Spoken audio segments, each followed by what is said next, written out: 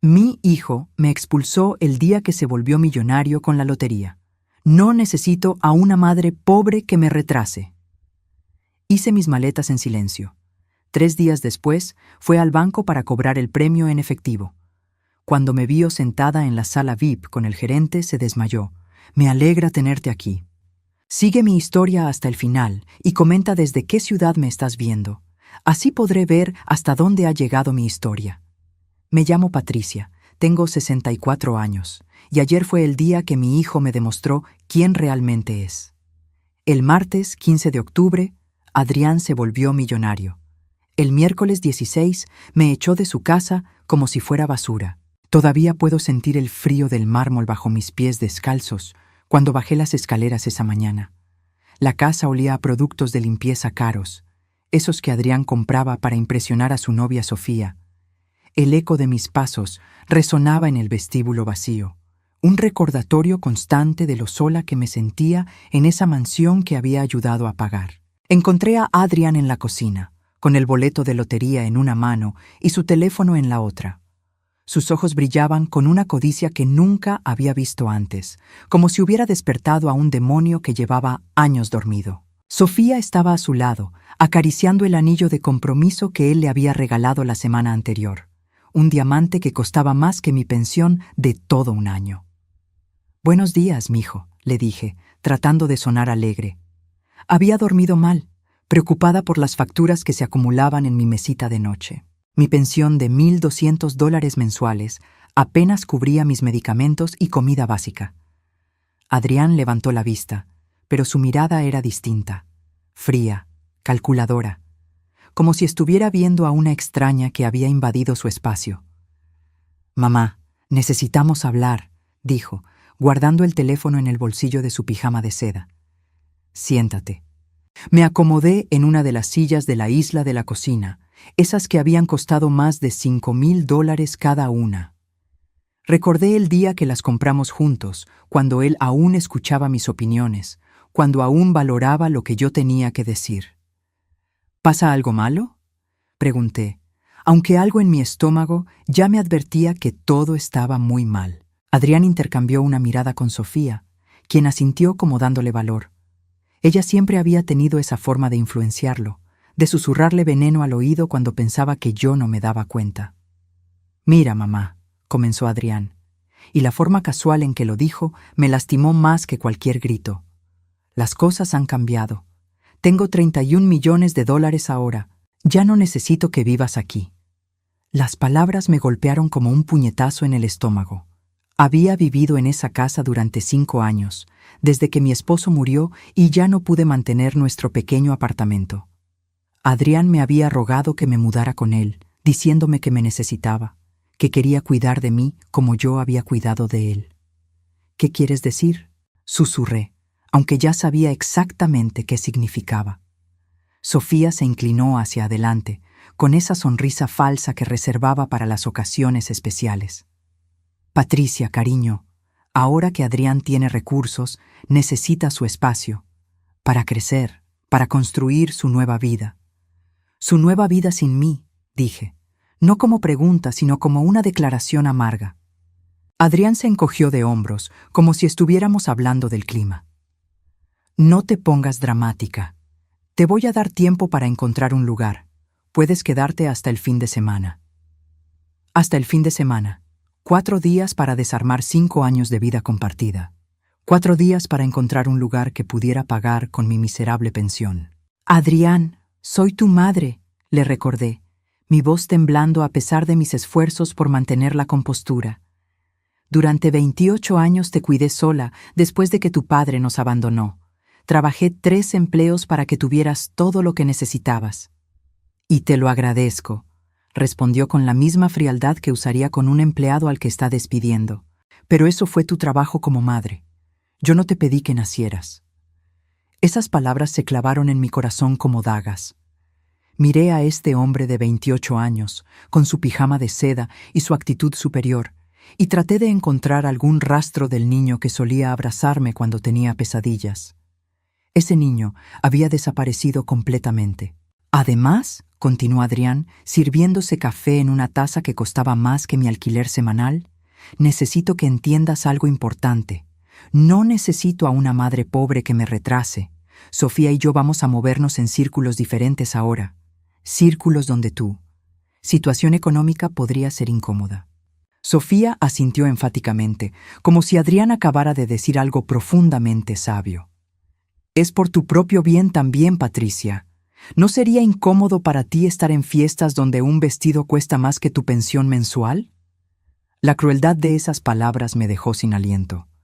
No porque no supiera que era cierto, sino porque venían de las personas que se suponía debían amarme. Me levanté lentamente de la silla, sintiendo que cada músculo de mi cuerpo protestaba. 64 años de vida, de trabajo duro, de sacrificios, y esto era lo que tenía que mostrar. Un hijo que me veía como un obstáculo para su nueva vida de lujo. Entiendo, dije finalmente, mi voz apenas audible. Adrián pareció aliviado, como si hubiera esperado una pelea. Me alegra que seas razonable. Te puedo ayudar con los gastos de mudanza, digamos, $1,000. $1,000. Menos de lo que gastaba en una cena en sus restaurantes favoritos. Menos de lo que Sofía gastaba en una sola cartera. No respondí. En cambio, subí las escaleras hacia mi pequeña habitación, esa que había sido mi refugio durante 5 años. Mis manos temblaron mientras abría la maleta vieja que había pertenecido a mi esposo. Era de cuero gastado, con esquinas desgastadas, pero había viajado conmigo a través de décadas de mudanzas y nuevos comienzos. Mientras doblaba mi ropa, escuchaba las risas de Adrián y Sofía abajo, probablemente planeando ya cómo convertir mi habitación en un closet extra o una oficina. El sonido de su felicidad me resultaba más doloroso que cualquier insulto, pero había algo que ellos no sabían, algo que había mantenido en secreto durante años, guardado como un seguro de vida que esperaba nunca tener que usar. Mientras empacaba, mis dedos se detuvieron en una pequeña pasta de documentos que mantenía en el fondo de mi cajón, debajo de mis suéteres de invierno. La acaricié suavemente, sintiendo el peso de lo que contenía. Adrián creía que lo sabía todo sobre su nueva fortuna, pero había detalles que nunca se había molestado en verificar.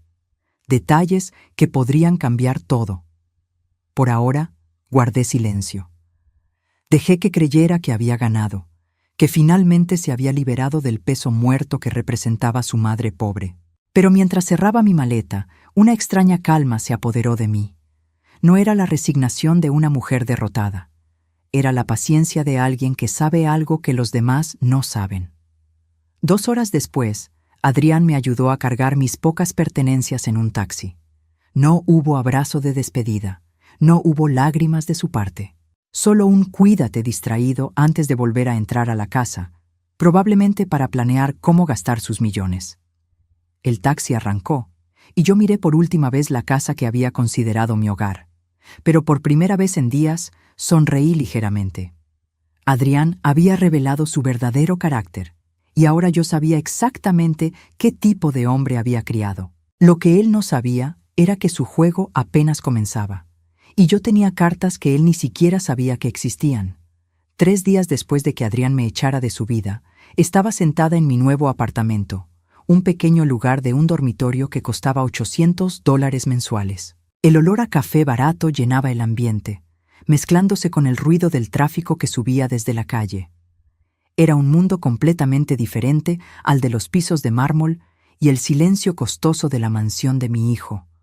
Había encontrado este lugar el mismo día que me fui.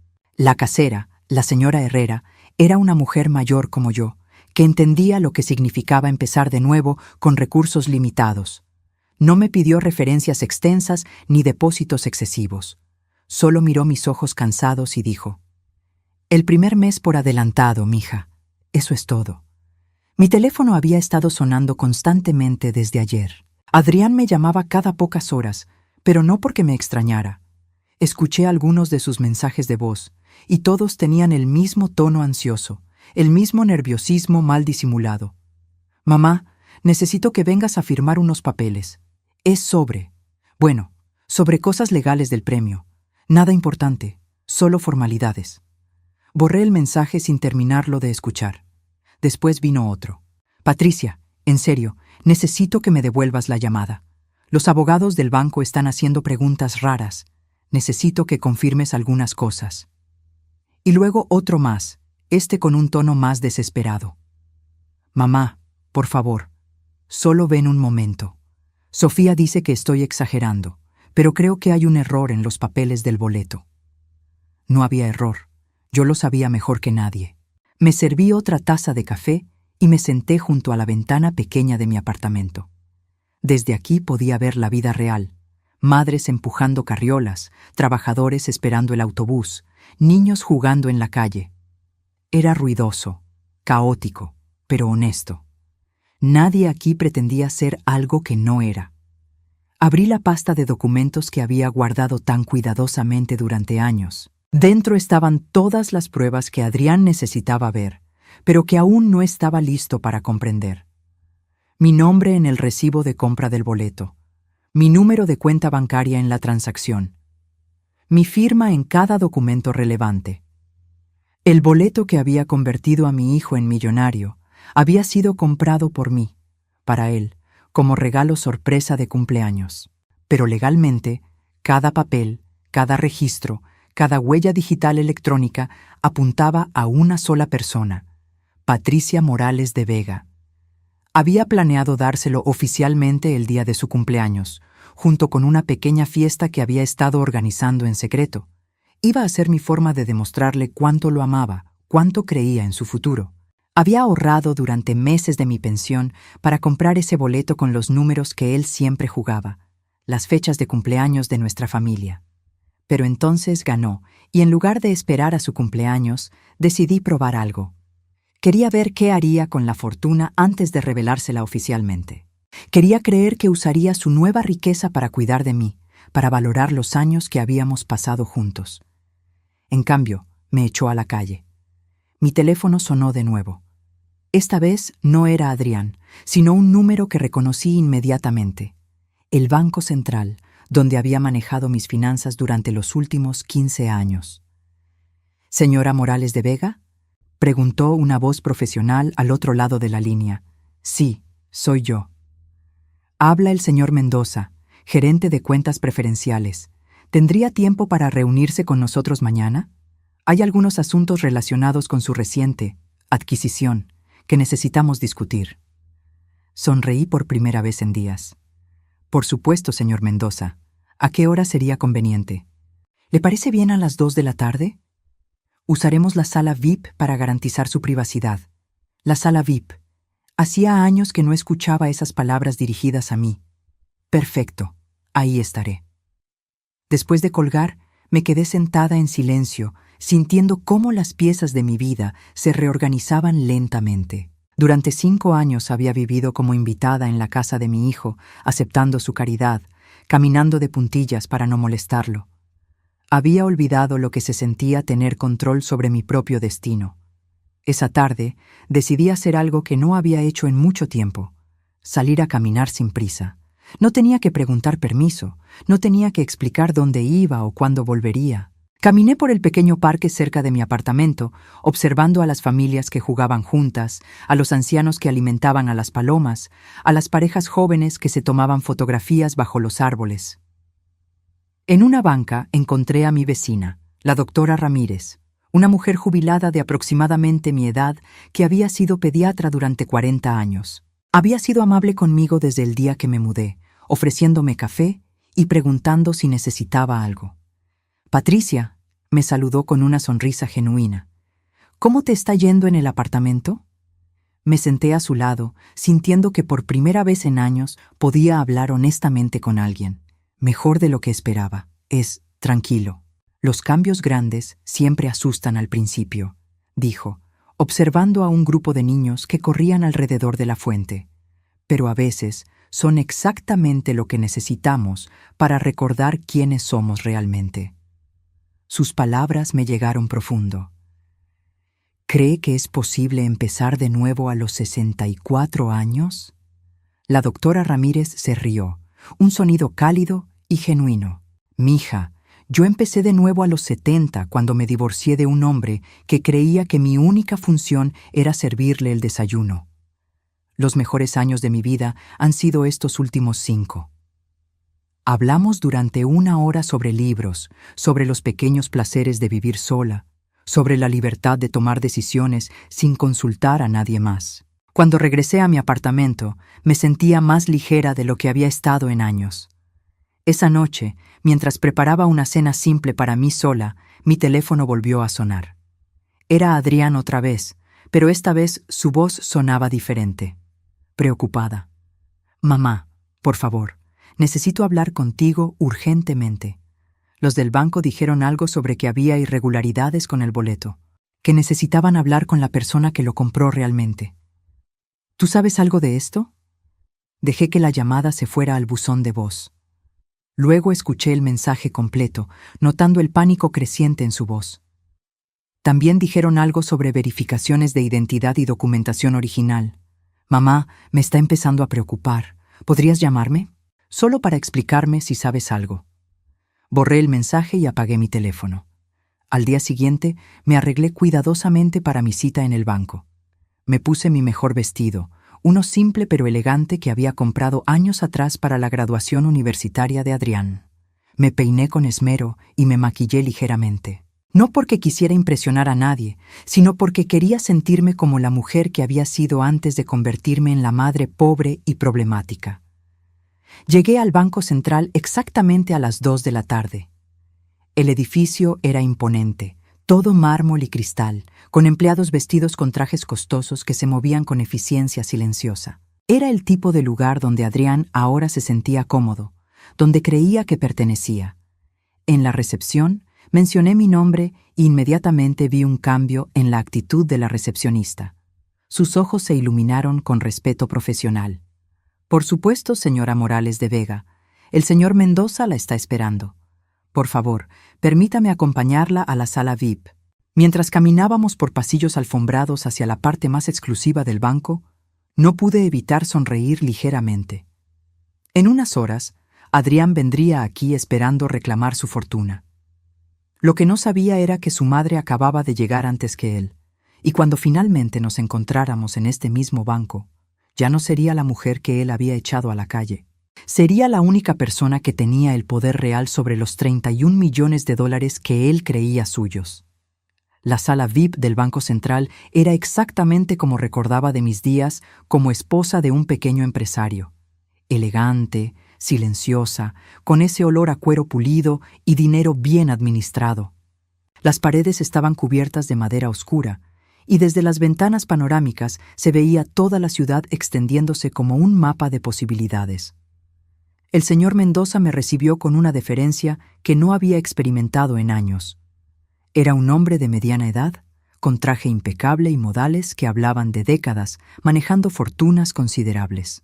«Señora Morales de Vega, es un honor tenerla aquí», dijo, indicándome una silla de cuero que probablemente costaba más que todo el mobiliario de mi nuevo apartamento. «Permítame felicitarla por su extraordinaria buena fortuna». Me acomodé en la silla, sintiendo cómo el cuero suave se adaptaba a mi cuerpo. Era extraño estar del otro lado de esa conversación, ser la persona a quien trataban con respeto y cuidado especial. «Gracias, señor Mendoza. Supongo que hay algunos procedimientos que debo completar». Él asintió, abriendo una carpeta gruesa llena de documentos. «En efecto, como la ganadora oficial del premio de 31 millones de dólares, hay varios aspectos legales y financieros que debemos revisar, pero primero debo hacerle una pregunta importante». Se inclinó hacia adelante, su expresión volviéndose más seria.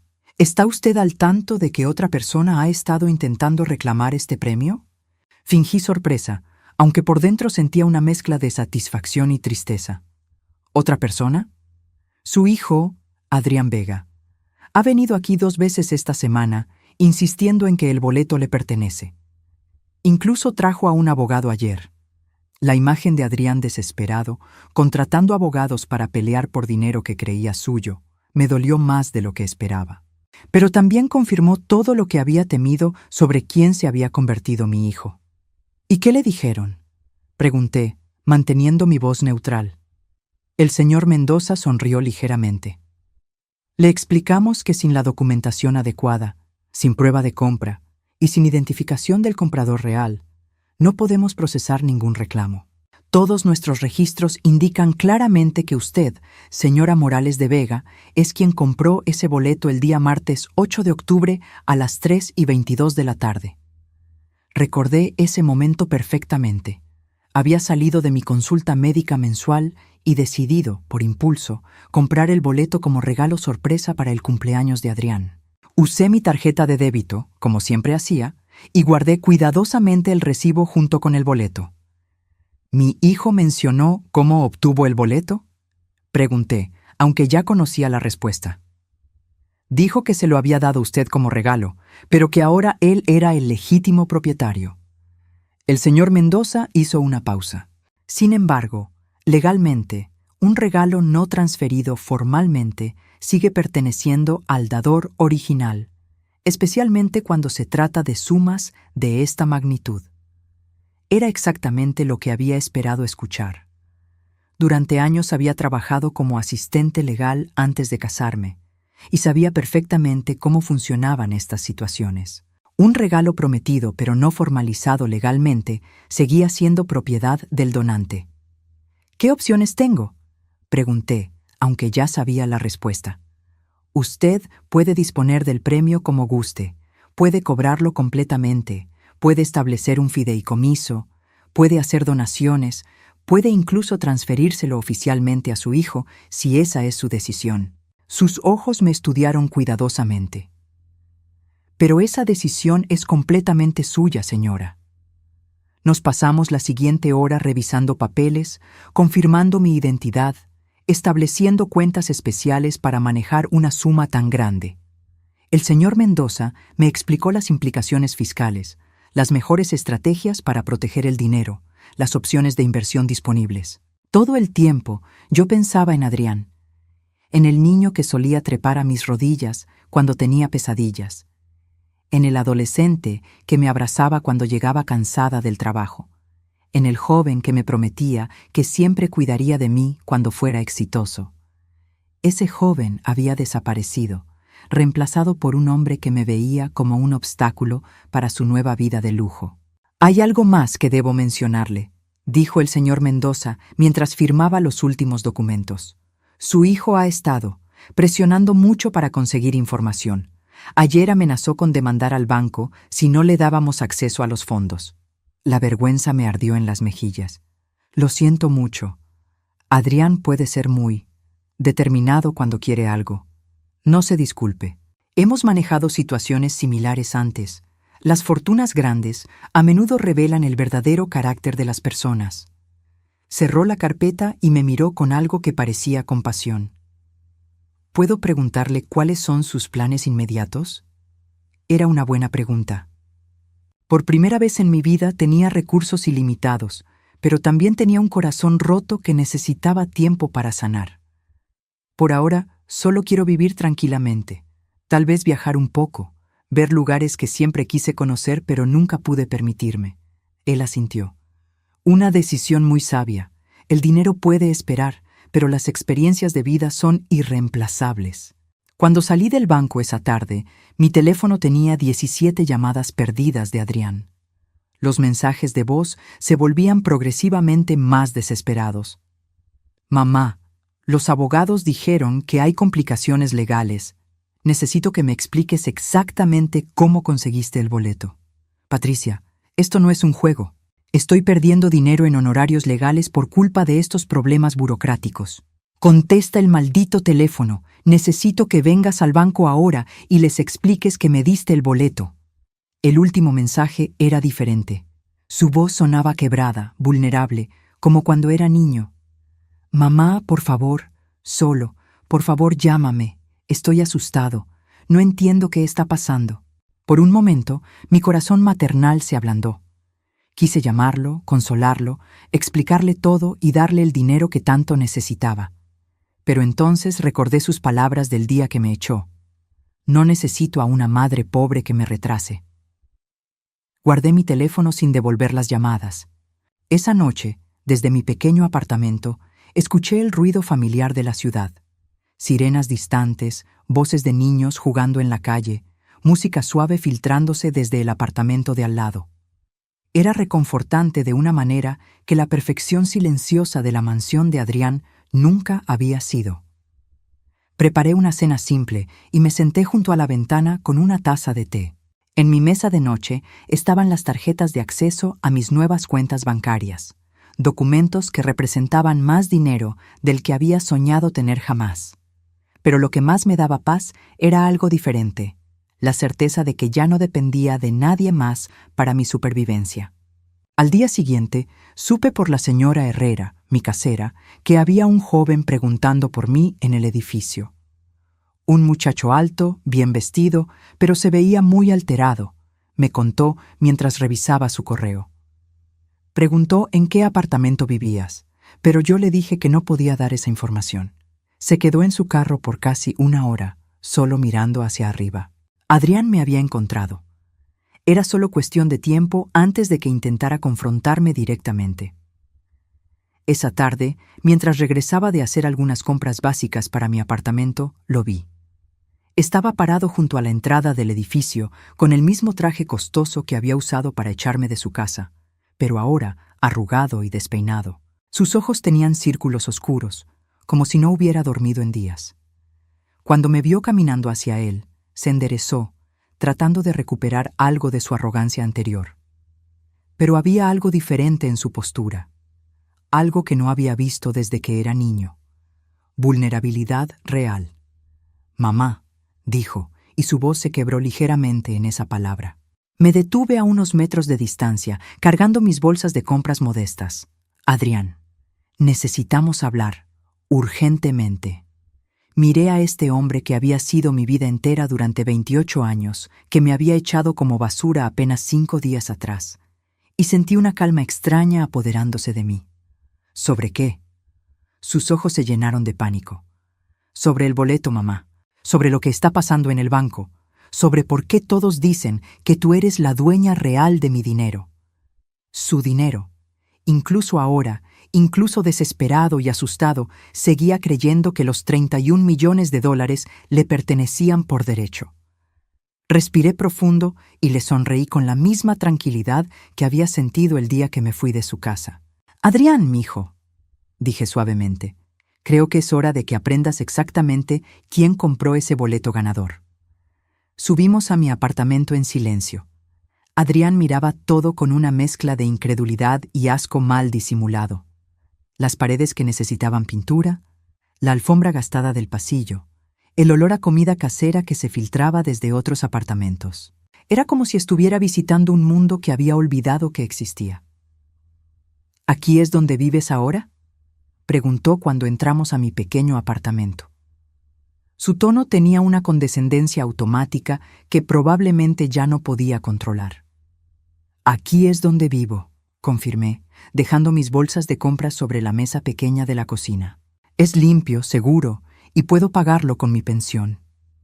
Adrián se quedó parado en el centro de la sala, como si tuviera miedo de sentarse en mis muebles modestos.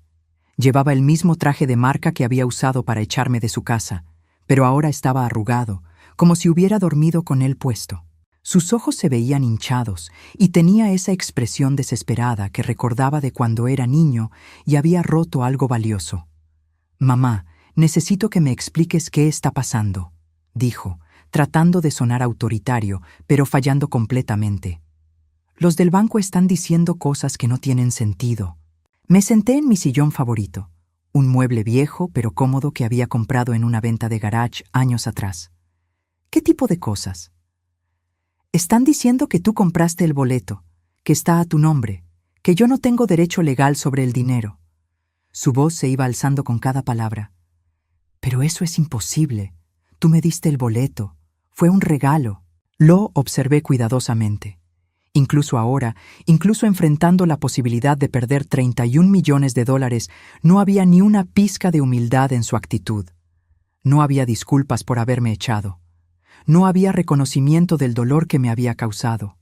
Solo indignación porque algo estaba interfiriendo con lo que él consideraba suyo. «Adrián, siéntate», le dije suavemente. Él vaciló, claramente reacio a ensuciar su traje caro en mis muebles baratos, pero finalmente se acomodó en el borde del sofá, como si estuviera listo para salir corriendo en cualquier momento. Me levanté y fui a mi habitación, donde había guardado la pasta de documentos en el primer cajón de mi mesita de noche.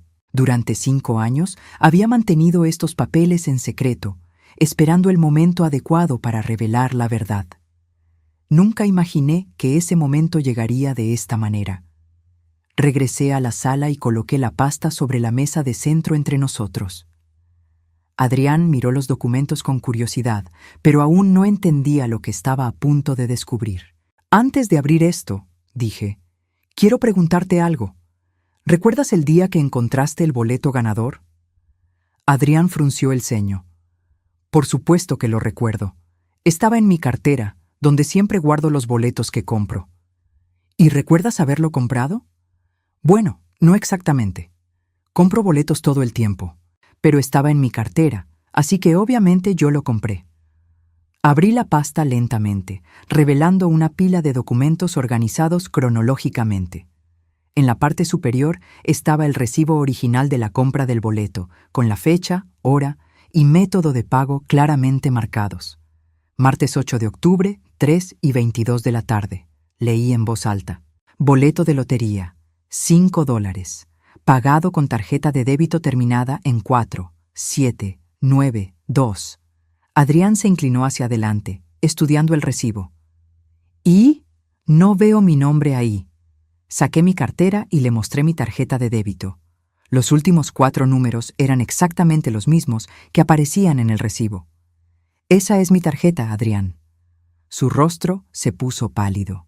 Pero tú me dijiste que era mío. Me dijiste que era un regalo. Te dije que había comprado algo especial para tu cumpleaños. Corregí suavemente. Planeaba dártelo oficialmente el día 25 de octubre, junto con una pequeña fiesta que estaba organizando en secreto. Saqué el siguiente documento, el estado de cuenta bancaria que mostraba la transacción de $5 deducida de mi cuenta el día 8 de octubre. Pero cuando ganaste, continué, decidí esperar. Quería ver qué harías con la fortuna antes de transferírtela oficialmente.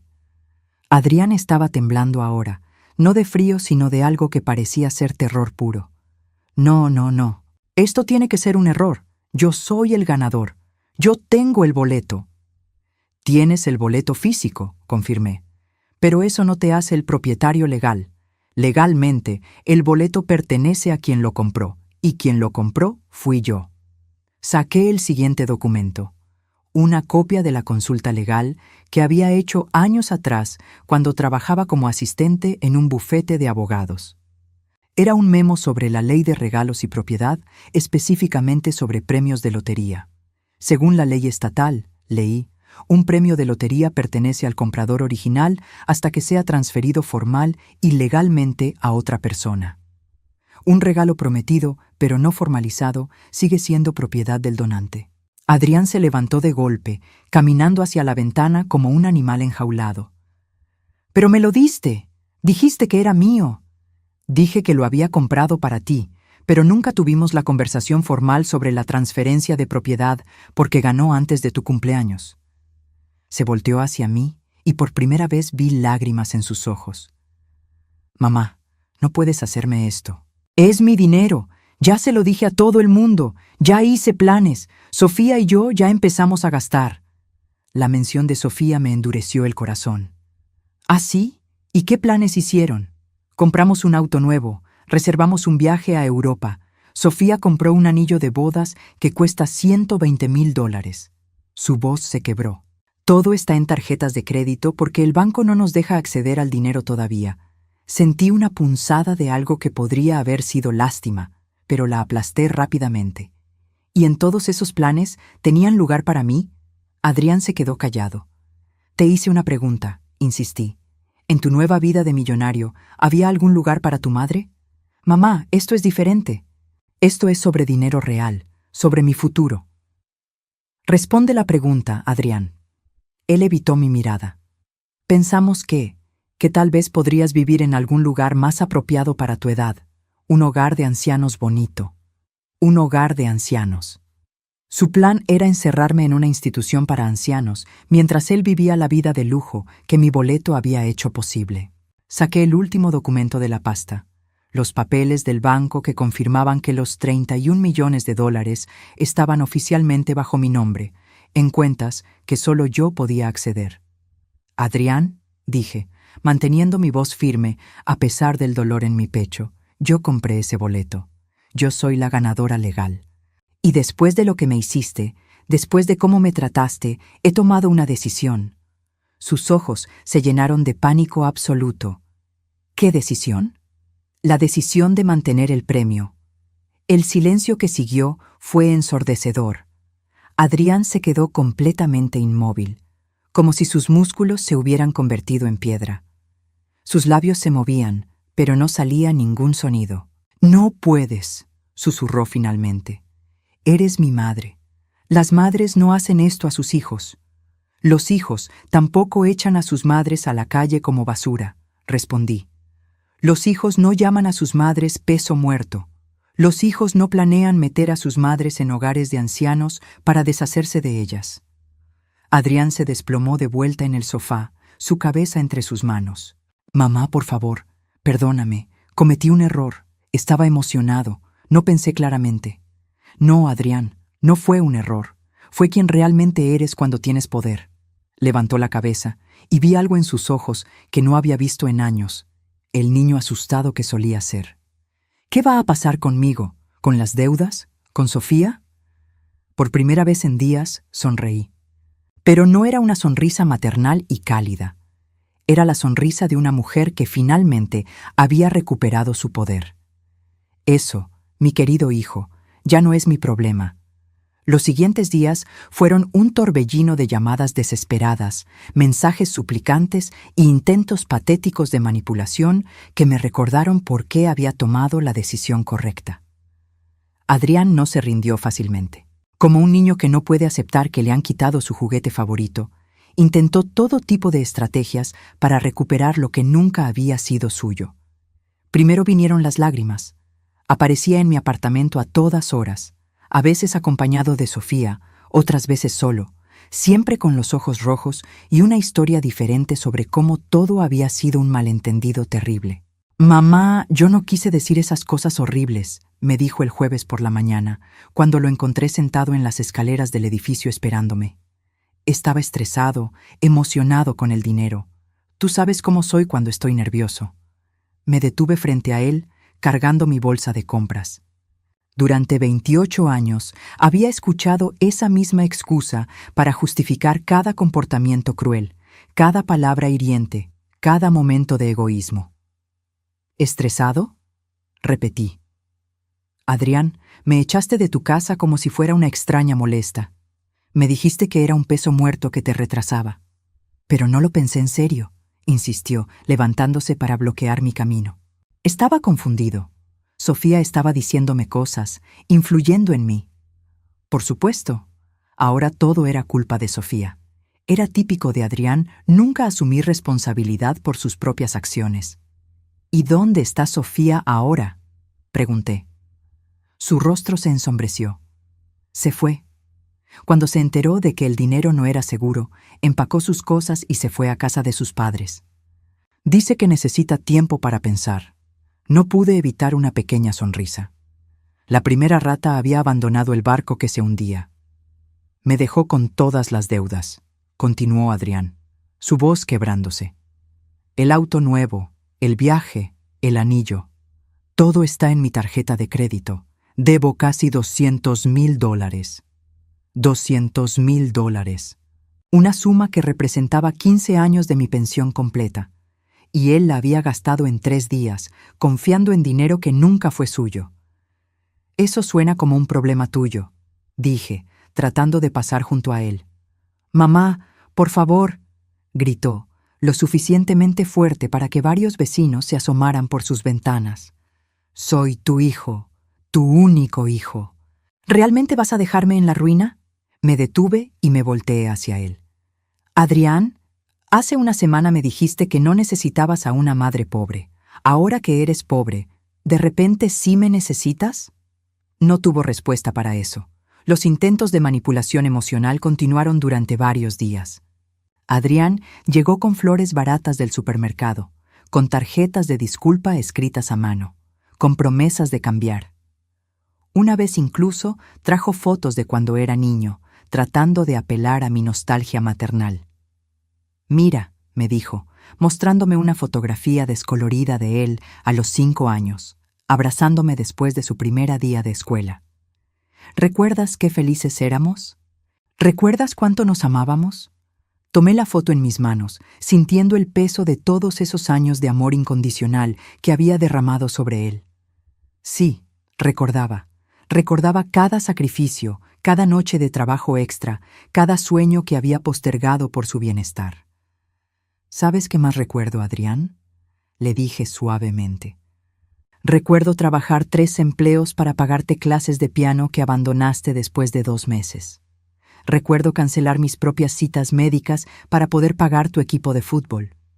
Recuerdo vendiendo mis joyas de matrimonio para cubrir tu matrícula universitaria. Sus ojos se llenaron de lágrimas. Y yo estoy agradecido por todo eso. ¿En serio? Porque hace una semana me dijiste que todo eso era mi trabajo como madre, que tú no me habías pedido que naciera. Le devolví la fotografía. Adrián, el amor no es solo una palabra que dices cuando necesitas algo. Es una acción que demuestras todos los días. Y tú me demostraste exactamente cuánto me amas cuando tuviste la oportunidad de cuidarme. Cuando las lágrimas y la manipulación emocional fallaron, Adrián escaló a las amenazas legales. Llegó con un abogado de aspecto nervioso, un joven que claramente había sido contratado con promesas de pago futuro. «Señora Morales», comenzó el abogado, abriendo un maletín gastado, «mi cliente está dispuesto a llegar a un acuerdo amistoso. Propone una división 50-50 del premio». Me reí tan fuerte que la señora Herrera salió de su apartamento para ver qué pasaba. ¿50-50? ¿De mi propio dinero? El abogado se veía cada vez más incómodo. Bueno, considerando la relación familiar y el hecho de que su hijo tenía la expectativa razonable de recibir el boleto como regalo. «Joven», lo interrumpí, antes de continuar con esta farsa, ¿su cliente le dijo que me echó de su casa 5 días después de ganar? ¿Le mencionó que me llamó peso muerto?» El abogado miró a Adrián, quien evitó su mirada. Era obvio que había omitido esos detalles cruciales. «Le sugiero que investigue mejor a sus clientes antes de aceptar casos sin mérito», continué. «Y le sugiero a su cliente que aprenda a asumir las consecuencias de sus acciones». El abogado empacó sus papeles rápidamente y se fue, murmurando algo sobre clientes que no revelan información importante. Pero la estrategia más desesperada de Adrián llegó el viernes por la noche. Apareció en mi puerta con los ojos completamente rojos, no solo de llorar, sino de algo más. Olía a alcohol y su ropa estaba desarreglada. «Mamá», balbuceó, casi cayéndose cuando traté de cerrar la puerta. «Por favor, solo préstame algo de dinero, lo que sea, estoy en problemas». «¿Qué tipo de problemas?», pregunté, aunque parte de mí no quería saber la respuesta. «Los tipos a los que les debo dinero no son pacientes», murmuró. Pensé que tendría el dinero del premio para pagarles. Mi sangre se heló. «Adrián, ¿fuiste a prestamistas?» «Solo por un poco de dinero extra para las apuestas. Pensé que con 31 millones podría pagar cualquier cosa». Se tambaleó, agarrándose del marco de la puerta. «Pero ahora dicen que si no les pago $150,000 para el lunes, van a...» No terminó la frase, pero no necesitaba hacerlo. Por un momento, el instinto maternal que había dominado mi vida durante casi 3 décadas rugió dentro de mí. Este era mi hijo, sin importar cuán terrible se hubiera vuelto. Tenía el dinero para salvarlo. Podía hacer una transferencia y todos sus problemas desaparecerían. Pero entonces recordé algo. Recordé la frialdad en sus ojos cuando me echó. Recordé cómo había planeado meterme en un hogar de ancianos. Recordé que la única razón por la que estaba aquí ahora era porque necesitaba algo de mí. «Adrián», dije suavemente, «durante años te rescaté de cada problema, de cada mala decisión. Pagué tus deudas, cubrí tus errores, Te protegí de las consecuencias de tus acciones. Hoy te estoy pidiendo que lo hagas una vez más, suplicó. No, dije firmemente. Esta vez no. Su rostro se transformó, la desesperación convirtiéndose en algo más feo. ¿En serio? ¿Vas a dejar que me lastimen? ¿Vas a dejar que tal vez me maten? Voy a dejar que seas un adulto y enfrentes las consecuencias de tus decisiones adultas. Eres una perra cruel, gritó, perdiendo toda pretensión de ser el hijo arrepentido. Siempre fuiste una mala madre, por eso mi padre nos abandonó. Esas palabras fueron como una bofetada, pero también como una clarificación final. Este era quien Adrián realmente era cuando no conseguía lo que quería. Adrián, dije con una calma que me sorprendió a mí misma. Tu padre nos abandonó porque era un cobarde que no quería la responsabilidad de una familia. Tú me estás abandonando ahora por razones igualmente egoístas. Cerré la puerta y puse el cerrojo. Del otro lado podía escucharlo gritando amenazas, maldiciones, promesas de venganza, pero por primera vez en años no me afectaron. Me senté en mi sillón favorito y me serví una taza de té. En mi mesa estaba el último documento que había recibido del banco. La confirmación de que había establecido un fideicomiso caritativo con la mayor parte de mi premio. 28 millones irían a organizaciones que ayudaban a madres solteras, ancianos abandonados y víctimas de abuso doméstico. Había guardado 3 millones para mí, suficiente para vivir cómodamente el resto de mi vida, para viajar, para experimentar todas las cosas que había sacrificado por ser madre. Afuera, Adrián había dejado de gritar. Probablemente había aceptado finalmente que no iba a conseguir nada de mí. Por primera vez en 28 años, me fui a dormir sin preocuparme por las decisiones de mi hijo. Ya no era mi responsabilidad salvarlo de sí mismo. Era libre. 6 meses después, estaba sentada en una terraza, con vista al mar en San Miguel de Allende, sorbiendo un café que sabía a libertad. El sol de la mañana calentaba mi rostro mientras leía un libro que había querido leer durante años, pero nunca tuve tiempo. En la mesa junto a mí estaba mi nuevo pasaporte, lleno de sellos de países que siempre había soñado visitar, pero nunca pude permitirme. La vida me había cambiado de maneras que nunca imaginé posibles a los 64 años. Después de décadas de vivir para otros, finalmente estaba viviendo para mí misma. Mi teléfono sonó, interrumpiendo la paz de la mañana. Era la doctora Ramírez, mi antigua vecina que se había convertido en una buena amiga durante mis últimas semanas en el apartamento. «Patricia, ¿cómo está mi trotamundos favorita?», preguntó con esa calidez que había llegado a atesorar. «Perfectamente bien, doctora. Ayer visité las ruinas de Teotihuacán. ¿Puede creerlo? A mi edad, trepando pirámides». Se rió. «Me encanta escucharte tan feliz, pero te llamo por otra razón. ¿Has sabido algo de Adrián?». La pregunta me tensó ligeramente, como siempre pasaba cuando su nombre aparecía en una conversación. No, decidí no mantener contacto. ¿Por qué? Bueno, he estado siguiendo la situación a través de conocidos en común. Pensé que te gustaría saber qué ha pasado. Parte de mí quería colgar. Había trabajado duro para liberarme emocionalmente de la vida de Adrián, para no sentir responsabilidad por sus decisiones. Pero la curiosidad materna, esa fuerza poderosa y persistente, pudo más. «Cuéntame», dije finalmente. «Perdió la casa», comenzó la doctora Ramírez. «No pudo hacer los pagos sin tu apoyo financiero. Los bancos se la quitaron el mes pasado». No sentí tristeza por esa noticia. La casa había sido comprada con la expectativa de riqueza futura, no con fundamentos sólidos. ¿Y él? Está viviendo en un apartamento pequeño, trabajando en un call center. El trabajo nocturno, ya sabes, el que siempre consideró por debajo de él.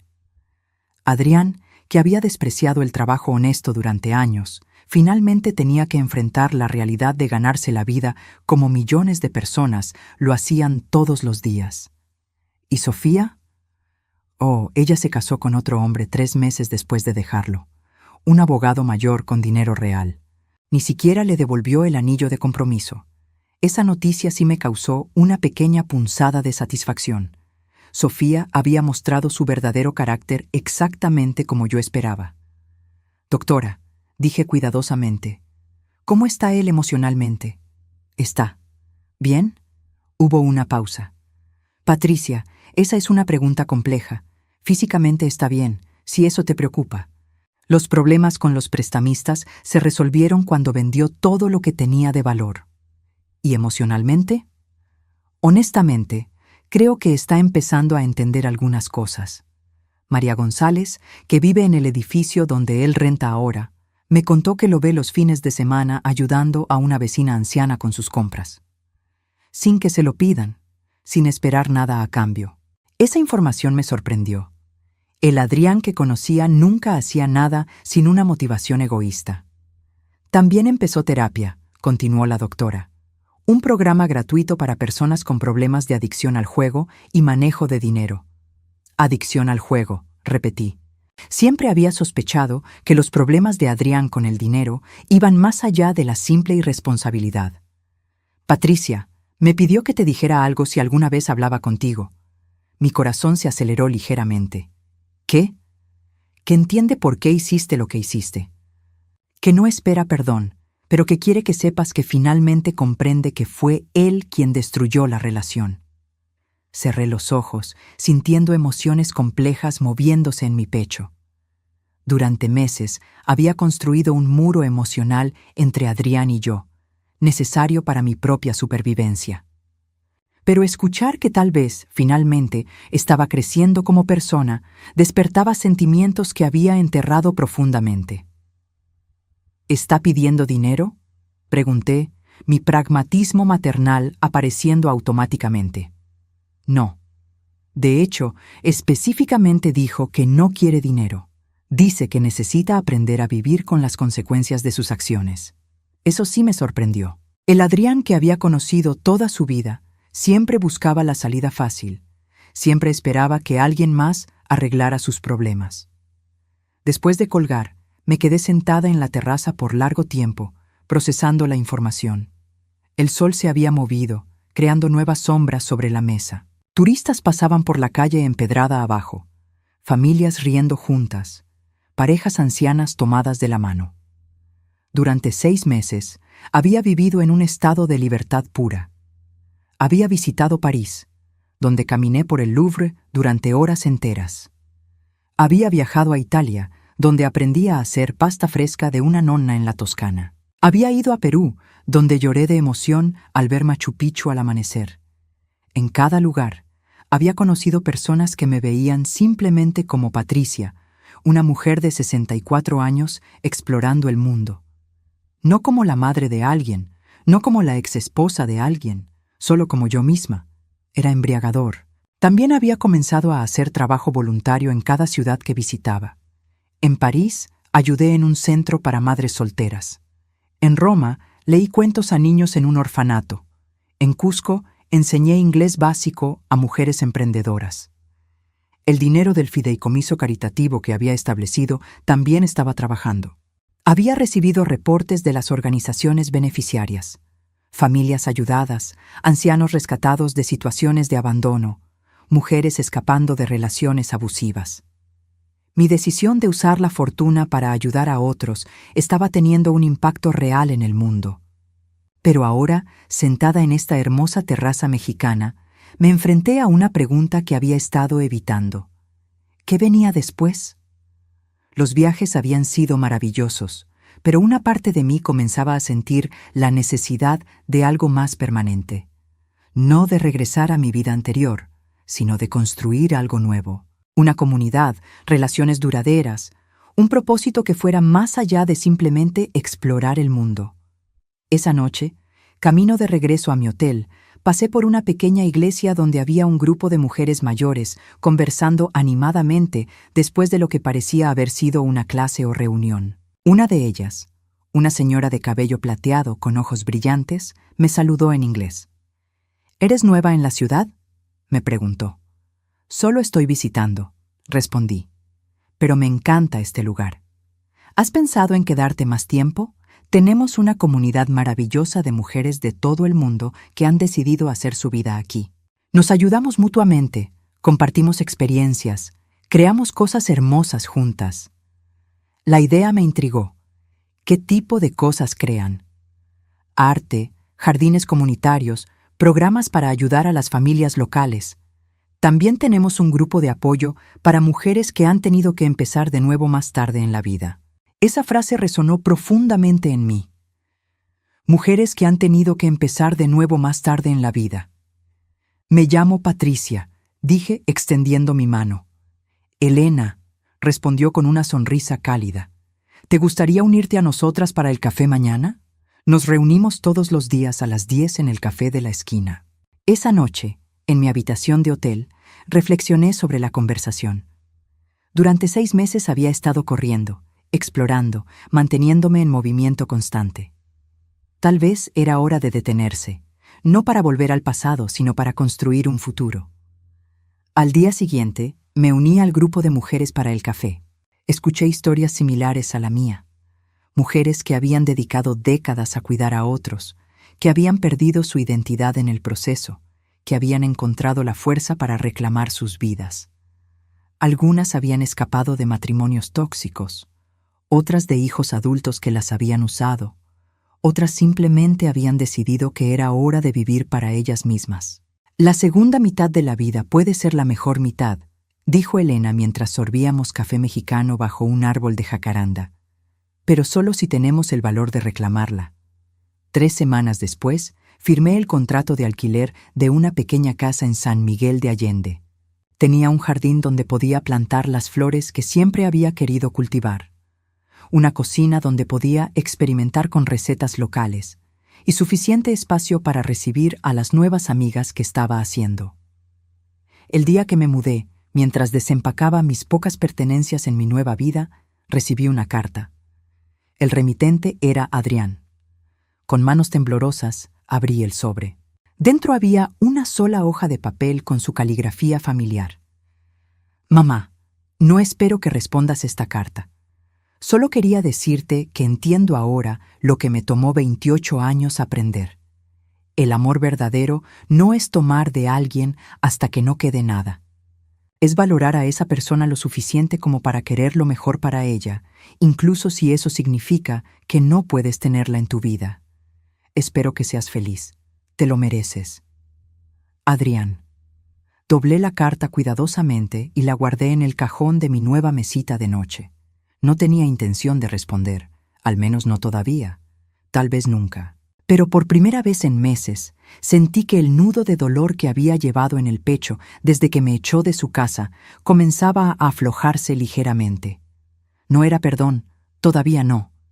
Pero era el reconocimiento de que tal vez, eventualmente, podrían existir posibilidades que no había considerado. Por ahora, era suficiente. Tenía una nueva vida que construir, un nuevo jardín que plantar, nuevas amigas que conocer mejor. Tenía, por primera vez en décadas, tiempo para descubrir quién era Patricia cuando no estaba definiéndose en relación a otra persona. Esa noche, me senté en mi pequeño jardín bajo las estrellas mexicanas, escuchando los sonidos de una vida que finalmente me pertenecía completamente. En algún lugar de la distancia, las campanas de la iglesia tocaron la hora. Era medianoche. Un nuevo día comenzaba, y era completamente mío.